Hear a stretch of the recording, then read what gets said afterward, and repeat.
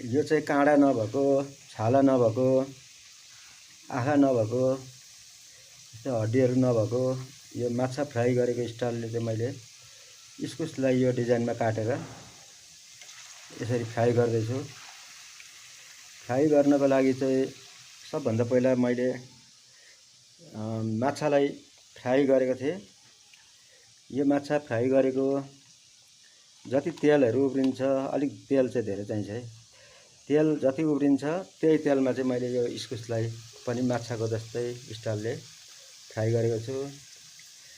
अब यसलाई फाइनली पकाउँदाखेरि जब हामी मरमसलाहरू सबै पकाइसक्छौँ, त्यसमा लास्टमा माछा हालेर चाहिँ त्यो उम्लिरहेको मसला पानीमा माछा हालेर चाहिँ त्यति बेला यो इस्कुसको परिकार पनि त्यहाँ हालेर उमालेर पकाउनुपर्छ।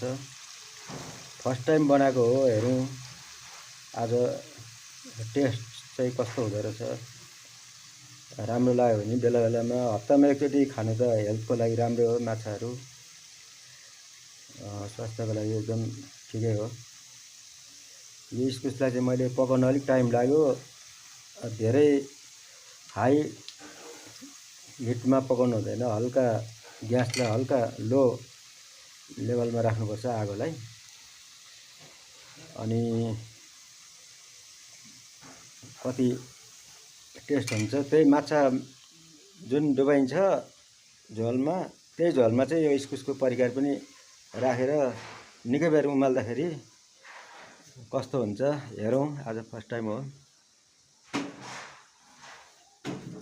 मेरो किचनमा चाहिँ, कहिलेकाहीँ यसरी बनाउन मन लाग्छ। आज जोस जागर चलेकोले हेरौँ कस्तो हुन्छ।